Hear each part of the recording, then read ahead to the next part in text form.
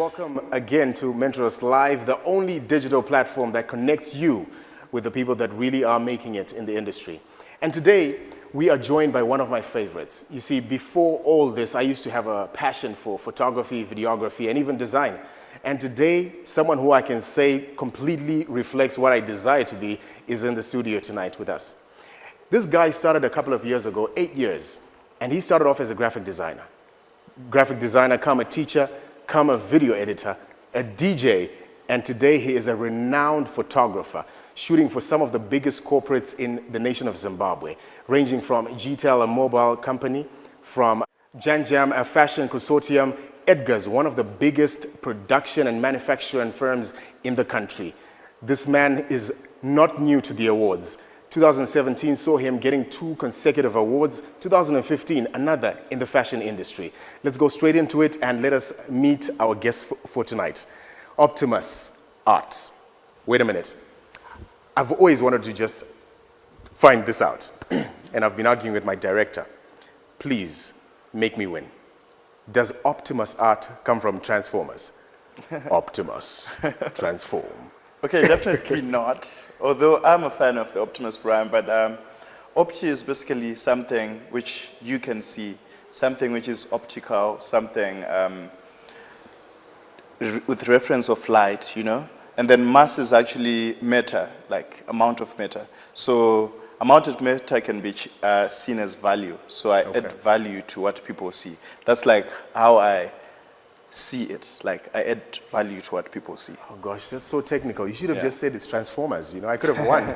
Now my director is gonna win.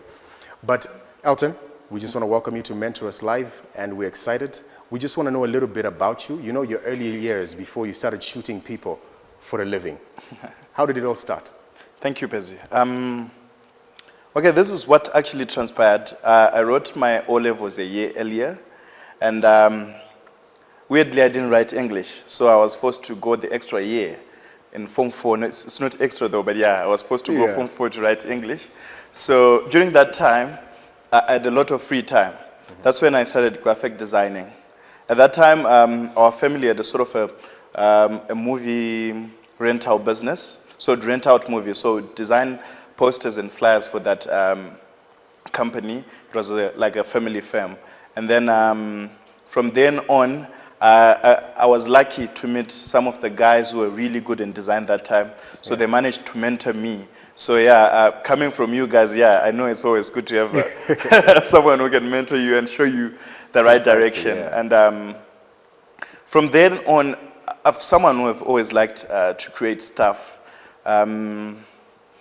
Like when I was younger, I thought I would be a scientist, engineer, creating stuff, So yeah, creativity is something which is always, which I've always liked from like when I was young.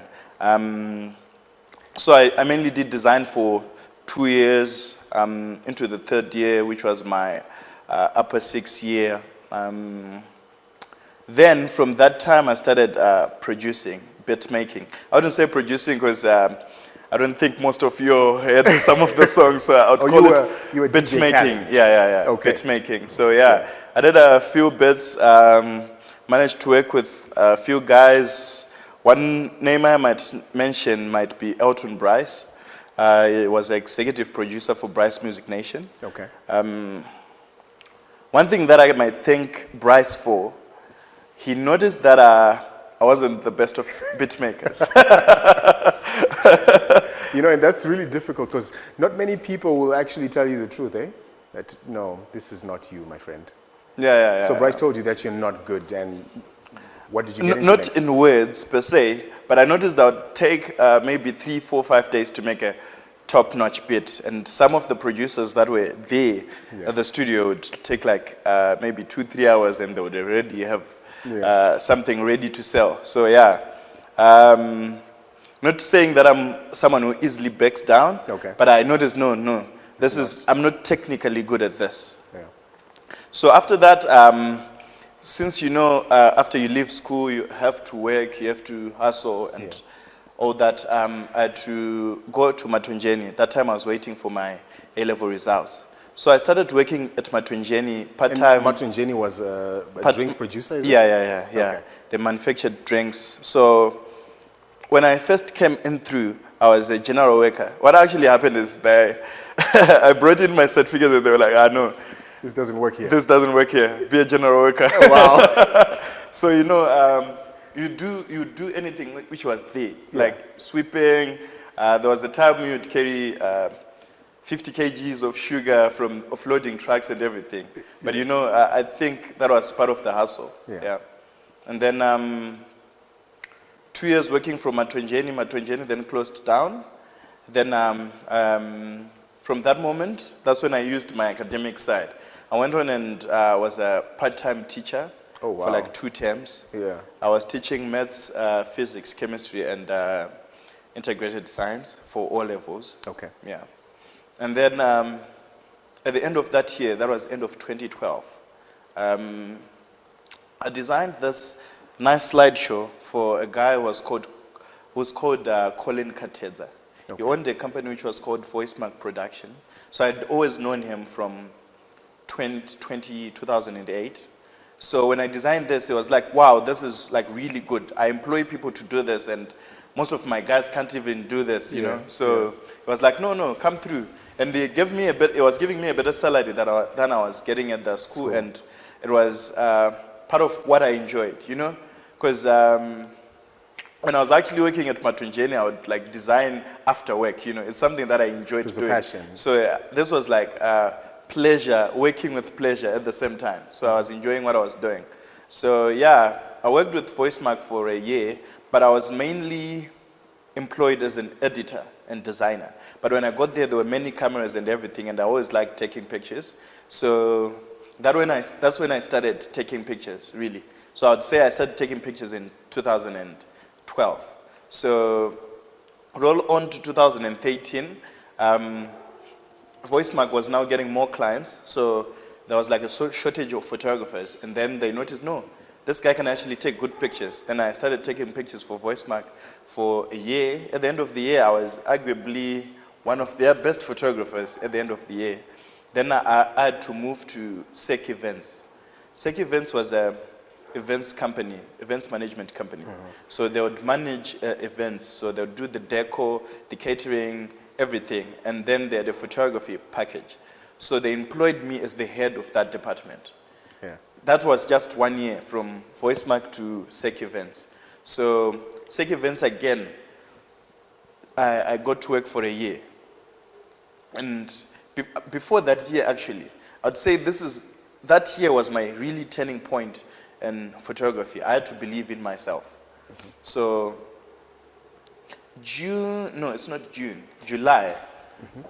July is when I opened up a page on Facebook, optimassArt. That was the season of social media, hey? Yeah. So optimassArt was not something you intended to start. You stumbled upon it. Yes. Now, how would you say that the employment phase prepared you for this? What principles did you capture when you were employed under some other people? Okay, basic fundamentals of working under someone, you learn from their mistakes. Okay. And I'll tell you, I haven't done the mistakes that VoiceMark and SEC Events were doing. Okay. Up to date. I know I have my own mistakes, but I haven't done the mistakes they were doing. And the other thing, I now got the grasp of how the industry works. Which ones are your clients? How do you talk to clients? How do you prepare invoices, quotations, all that flow? Because at SEC Events, I was like head of photography department. So I would do like from the codes, replying emails, invoices, statements, everything. So I got to know how to run a proper business. And I thank them because they gave me the opportunity to understand how a business is actually run, Because, without that, I know some of my guys who might be better at some things, like in photography-wise, but they're bad business people. So, okay. And today it's like 9 years down the line within your entrepreneurship journey. Yeah. When you left your last employer, weren't you scared? I was really scared, and it was a hard time. I would say this. I I would charge someone a photo shoot $50, and I would hire a camera for $50. Wow. So I would run a loss of transport and logistics just to get my name out there. All I right. remember I shot Sadak Fashion Week 2014. It should be 2014 or 2015 for free. Not because I really wanted to, but there were many photographers. That's where I met Michael and everyone. But I wanted some pictures that would prove that I'm a good photographer. Because I couldn't use pictures from VoiceMark and Sec Events because they were not my pictures. Yeah. I was contracted to do them under their company. So I wanted pictures which would work under optimassArt. And if you check the optimassArt Facebook page, the first 10 or so images are actually designs. Because they were actually 3D designs, flyers. I did a flyer for one of my homies called JFK Ice. I put those things up. And So like your drive for business, your drive to launch Optimass, what would you identify as your major igniting point? I'd say, there are two major factors. Doing what you love and fighting poverty. Because I really didn't want to be laying around doing nothing. And and I really always wanted to be a creative. And and I always wanted to be an entrepreneur. My dad was a really good entrepreneur, and I grew up in a very good entrepreneurial setup. I don't know how many business we ran as a family, from candle making, confectionery, all those things, buying and selling. My father was an electrician. Okay. He specialized in electronics. He actually had one of the most successful electronics company in Southern Africa. Wow. And was nominated for Guinness Who's and Who's of Africa as like good entrepreneurs. So 2015 into 2016 seemed to be your breakthrough years. This saw you crossing the borders, shooting for Forbes Africa. You had a multiple number of awards in 2016, especially in the fashion industry. Like, what were the principles that you used in order to actually grasp all these benefits for these 2 years? Okay, I'd say determination, working with the right people, knowing how to treat your clientele. When your client is your friend, they can fight for you even when your product is not as good. But I'm not saying my product wasn't as good. But I'm saying, there's that extra drive, Yeah. Let's say I'm booked for the 16th. My client wants something on the 16th. They would say, no, okay, maybe I should move my birthday to the next weekend. Oh, wow. Party, so that That's we loyalty. can do this. And then some clients, even corporates, would say, when are you free so that we can do the shoot? So I think relationships are key as well, not changing your clients, as well working with the right people. Because I think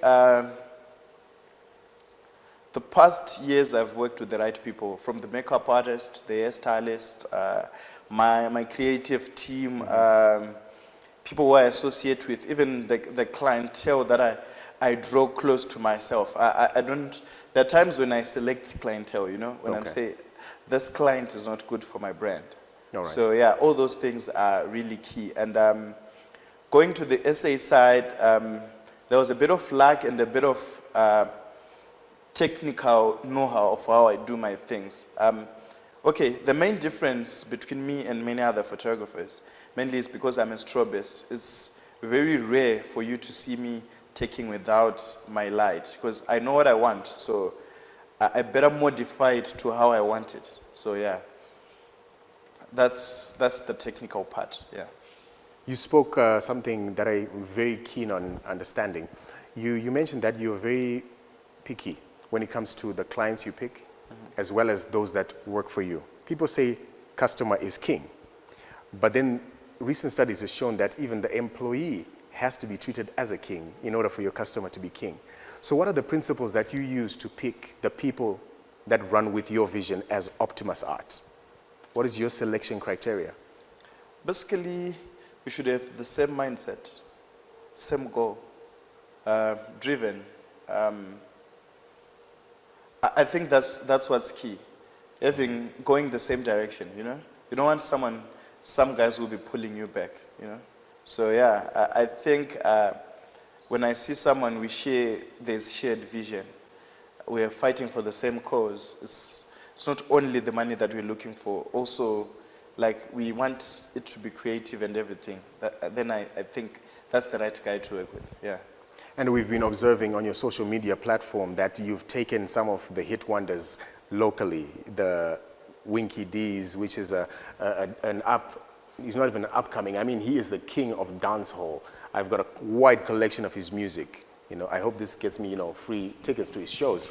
You've got Winky D, you've got Jar Praiser, you've got a number of models, you've got entrepreneurs and business people.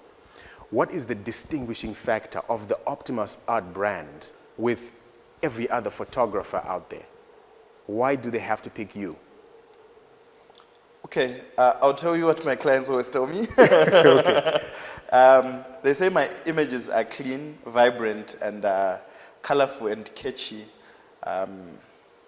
Yeah, those are the main key factors. And then I always manage to sell the idea that my client has. Although I might improve it, but I always manage to bring out what they are looking for. Speaking in terms of the creativity, you say you always bring out what your client is looking for. Are we saying that our industry in terms of photography and visual arts, is it limited to our clients, or is it that our photographers themselves have kind of narrowed themselves to looking for the money? So you find there's only wedding photography, there's portraits. I've never seen architectural photographers. I've never seen many wildlife photographers. What is this thing? Why is it just all narrowed to that one specific type? Okay, with everything that you do, there's a survival factor. Mm-hmm. So unless you're doing photography part-time, it's hard to survive as an architectural photographer in Zimbabwe. I know a few guys who do architectural photography, but that's like part-time to their main genre of photography. So yeah, the thing is, our economy sort of cuts on things which are not really necessary for your well-being. So people, they rarely buy artifacts, you know. Yeah. In the UK, like recently, someone bought a portrait of Leonardo da Vinci for 450 million, and those figures are unheard of in Zimbabwe. So it's hard for you to do conceptual art and try to sell it without a sole buyer. I think it's get the client first to do the job rather than do the job, then look for a client. Okay, you've been running for 9 years. So obviously within our Zimbabwean climate, there are a couple of people who've gone ahead of you that you look at and you admire. What 3 things would you say, in fact, let's start with saying who is it, and what 3 things do you aspire or do you admire about those specific photographers, if it's one or more?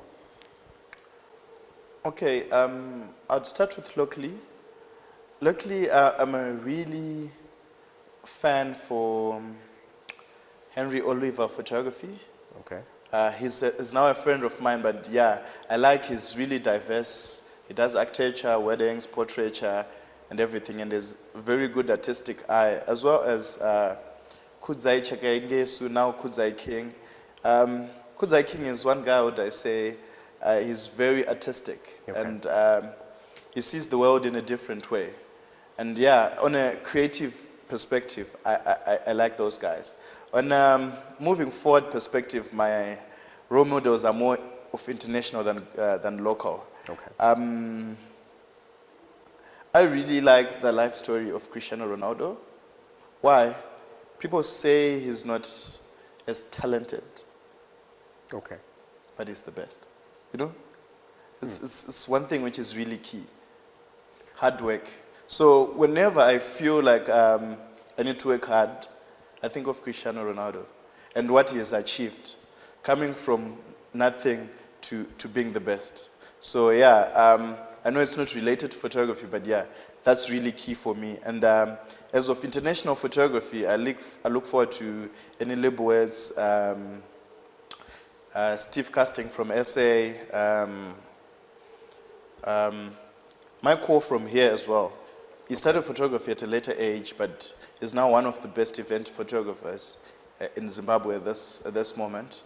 Yeah, and Julia Kushmenko, based on his attention to detail, his art is really flawless. You can never find a fault on it. So yeah, those are like my key sources of inspiration. Yeah. Wow, that is a pool of mentors. Now, we are going to get deeper into the discussion of the entrepreneurial side of the arts as soon as we come back from this break.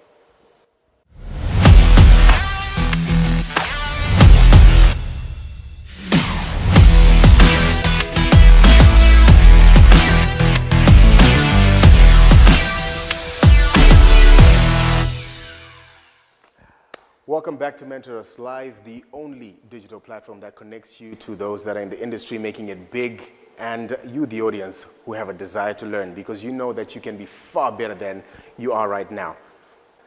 Tonight we're joined by optimassArt, Elton himself, the man who has taken awards for being the best within the industry. I like the statement he says, talent is overrated, hard work pays.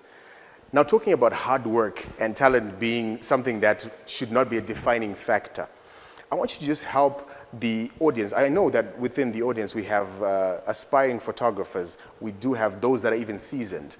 What 3 pieces of advice would you give to someone who is in your craft? Okay, I'll say always be prepared, like plan your shoots. A half-planned job is a job almost done, Yeah. And then I'd say, yes, people say gear is not key, but yeah, okay, it's really key to have good gear. Yeah, It's really key to have good gear. Then thirdly, I'd say work hard. Yeah. If you notice all the things that I've told you, they're not really technical, they're not like jargons, but yeah, work hard. Work hard. When you look at your crafts, the world is in a position whereby it's urging everyone to contribute somehow to social change, be it financially, with your skill, or even just in terms of advice. Now, when optimassArt is at home laying back and resting, what is the one social problem within your country, Zimbabwe, that you feel that optimassArt was created to solve? I'll basically say appreciation of art and good art, because if you look from the previous batch of photographers, I would say they were not as artistic. They're just taking money. So we want to take the money the right way, giving the client what they deserve. Yeah. And just out of interest, you were once a teacher, yeah, of course. Would you ever go back into the trade of teaching, but teaching the arts? Okay, it's something that I've really thought of deeply. As most guys might know, I didn't go to school for this. Yes, I might be technically good, but it's always hard to teach something that you know. So I'll say after I get my academics in order, definitely I'll teach photography. Because yeah, I really want Zimbabwe to be known as a country with some of the great photographers. Like, Nigeria has a lot of great photographers, even South Africa and Ghana. So yeah, I'd say I would really want to challenge my fellow Zimbabweans to join this craft and show the world that, I'll be your first client, man. I really have a passion for how you actually run the craft of photography. I like a catchphrase that I once saw you wearing. It says, "I shoot people for a living." Yeah. I mean, in Africa, you get arrested for that, you know what I mean? But let's talk about breaking the borders. Tell me what you see photography to be 5-10 years from now. Okay, this is the thing. The main reason I'm not a natural light photographer is based on that everyone owns a camera in their pocket. And you need to separate yourself from that camera that they have to give them something way behind. Yeah. So technology will keep improving. So, yeah, I'm not a prophet, but I know... Prophesy. I know what photography will move from being just a still to short videos. Like very short dynamic videos. Okay. That one I can tell you. So that maybe the model will be still, but the background is moving, sort of GIFs. So that, people will be taking GIFs and yeah, something like that. And have you started creating an innovative way of introducing your clients to this mode? Because I mean, you're saying it's going to be short bursts of motion photography. Yeah. That's almost like Snapchat, whether it's Facebook Live. Okay, that's more video. But in terms of the innovation, how have you managed to bring it in, or you're still in the process?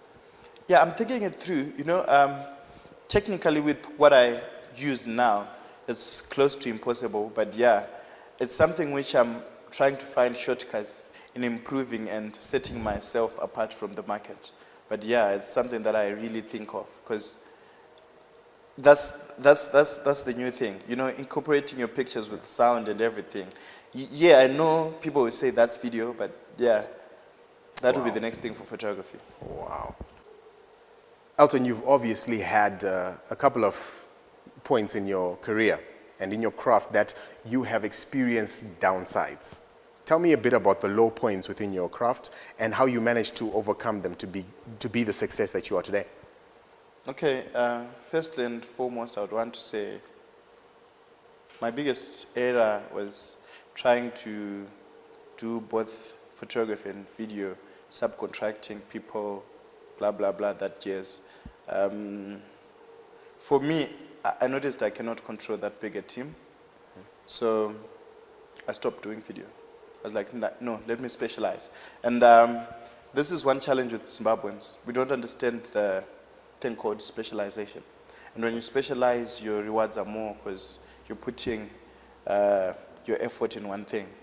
You know? Yeah. They always say, put all your force in this punch, and then it's better than many light punches. So yeah, I'd say that was my main downfall. I'd say starting off doing both photography and video. But I say, yeah, that was the main one.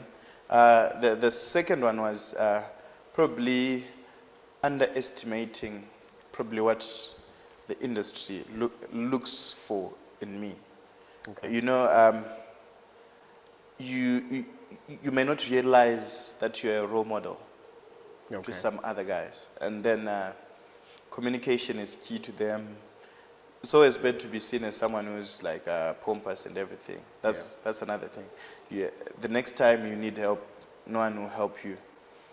And the third thing was saying without equipment, it's impossible.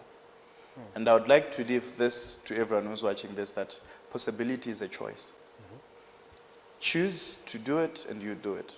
Yeah. And put your plans on paper. Write it down. Yeah, because if it's not in writing, it definitely does not exist. Yes. That's a common phrase. That's from one of our mentors and our coaches. Yeah. But I like what you said, that a lot of Zimbabweans don't know how to specialize. They always want to cut the corners. They want to put so much onto themselves. Now that brings me to the question of photography as an industry in Zimbabwe. Would you say that it's an actual industry? Are people skilled enough for it? Or people are just kind of trying to look for something to make money? Okay, this is what I'll say. Zimbabwe is a developing country, and almost every industry that is in Zimbabwe is in its infancy. Almost every other industry. Same with football. We cannot compare Zimbabwean football with French or Brazilian football. So yeah, I would say Zimbabwean photography is an industry based on the fact that wedding photography is a huge, the monies that are made in wedding photography is really huge. Although I'm not like mainly a wedding photographer, but yeah, I'd say the money that's made in wedding photography is really huge. You see, we have many billboards, everything. It means we have consumption for commercial pictures. And, you know, with the introduction of Instagram, Facebook, WhatsApp, all those social media platforms, they're bringing that demand for quality images. Because, you know, everyone now wants to be on top of the game. Yeah. So, yeah, photography is slowly becoming a big industry, and more players are coming through. I remember when I came through into the industry, you'd like know almost every other photographer, but now there are like grades of photographers. They're like small ones, big ones, established ones. So yeah, those are factors. And in terms of the financial viability of the photography, just tell us a bit, you might not be specific, of course, in terms of figures, but tell us, is it something that is really sustainable?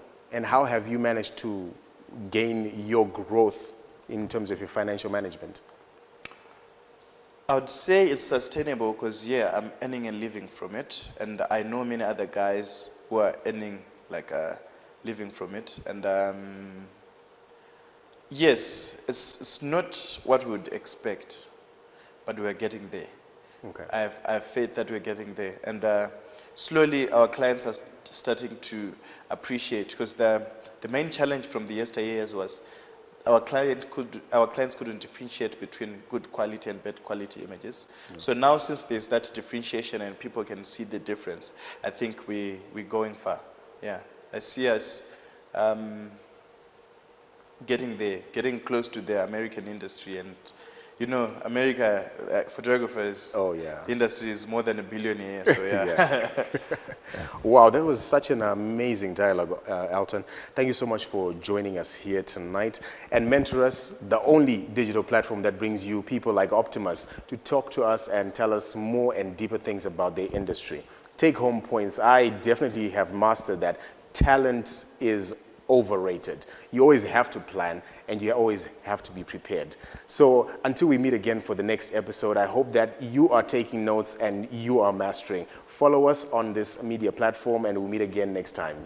Ciao.